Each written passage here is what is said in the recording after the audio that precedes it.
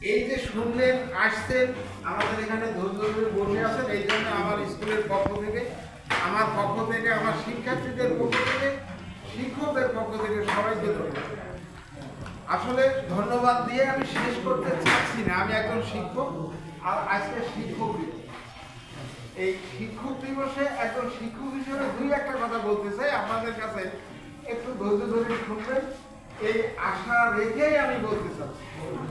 আমি এখানে যত শিক্ষক আছেন সবার চেয়ে ছিল, আমি 91 সালে শিক্ষক হিসেবে ঢুকেছি এবং আমার বিসিএস এর বয়স 7 বছর থাকার পরে আমি বিসিএস দিয়েছি। পরে এই যে ছাত্রের সাথে বিসিএস দিয়ে পরে এসে আমি অ্যাসিস্ট্যান্ট হেডমাস্টার হয়েছিলাম, উনি এইগুলো হয়েছিলেন একসাথে, কিন্তু তার আগে 7 বছর বয়স ছিল দিয়েছি। এবং আমাদের মাধ্যমিক বিদ্যালয় একই অধিদপ্তরের অধীন এবং একই বেতন গ্রেডে পরস্পর বদলিযোগ্য পদ ছিল, কিন্তু সেই পদগুলো অনেক আগেই আপগ্রেড হয়ে ক্লাস 1 হয়েছে, কিন্তু আমাদের সহকারী শিক্ষক পদটি সেই 10 গ্রেডে আছে। একই সাথে সমাজসেবা অফিসার, যুব উন্নয়ন অফিসার আমাদের নিচের গ্রেডেই ছিল, তারাও কিন্তু উপরের গ্রেডে উঠে গেছে, আপগ্রেড হয়ে 9 গ্রেডে গেছে, কিন্তু আমাদেরকে কোনো করা হয়নি। কারণ হলো আমাদের যে কলেজ প্রশাসন, এই কলেজ প্রশাসন আমাদেরকে দাবিয়ে রেখেছে।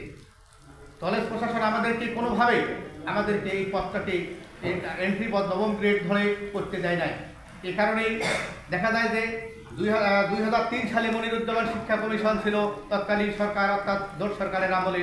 সেখানে শিক্ষা ব্যবস্থাকে, আমাদের এই শিক্ষাকে মাধ্যমিক আলাদা অধিদপ্তর করার প্রক্রিয়া করেছিল এবং জেলা শিক্ষা অফিসের পদটাকে উপপরিচালকের পদে উন্নীত করার জন্য বলেছিল, কিন্তু দুর্ভাগ্যজনকভাবে কোনো অজ্ঞাত কারণে তা করা হয়নি। সেটা শুধু কলেজ শিক্ষকদের হাতেই ছিল বলে আমার কাছে মনে হয়।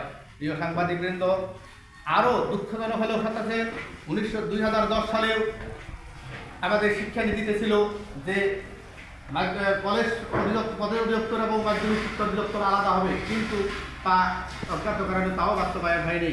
সর্বশেষ এই অন্তর্বর্তী সরকার 2025 সালেও জোর দিয়েছিলেন যে শিক্ষার মান উন্নয়নের জন্য এই আলাদা অধিদপ্তর করা দরকার, মাধ্যমিক আলাদা অধিদপ্তর করা দরকার, কিন্তু তাও অজ্ঞাত বছরে করা হচ্ছে না এবং বারবার চাপ দেওয়া হচ্ছে কলেজ থেকে।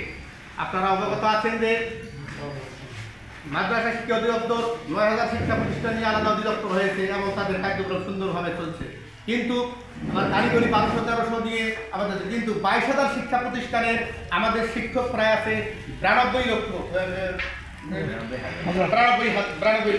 2 লাখ।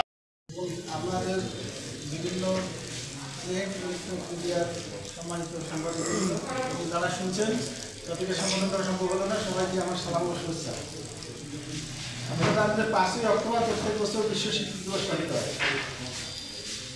এর ইতিহাসও আপনারা জানবেন এবং কোনো দেশে আবার এই 5ই অক্টোবর না পালন করে অন্য দিনও করা হয়, যেমন ভারতে করা হয়, অন্যদিকে আবার জাপানে হয়তো কোনো একদিনও করা হয়। জাপান মনে করে কি যে প্রত্যেকটা দিন শিক্ষকদের শ্রদ্ধা, আমি একটা নির্দিষ্ট দিন কেন শিক্ষকের থাকবে, আমরা কিন্তু ওইভাবে একটা শ্রদ্ধায় দিতে পারিনি শিক্ষকদের, ওই জন্য আমাদের পালন করতে হয়। এবং গত 2 বছর থেকে আমরা 24 সাল এবং 25 সালে প্রশাসনের সহযোগিতায় আমরা জাঁকজমক গ্রহণ করতেছি। আমাদের এই বিশ্ব শিক্ষক দিবসে সমস্ত শিক্ষককে আমার শ্রদ্ধা এবং সশ্রদ্ধ সালাম। আমি একটা গল্প দিয়ে শুরু করি, আমাদের ডিমলা ডোমারের দিকে গল্প, যেটা আমি 8 বছর ছিলাম। সেটা হলো একদিন এক স্কুলে, ওই যে আমাদের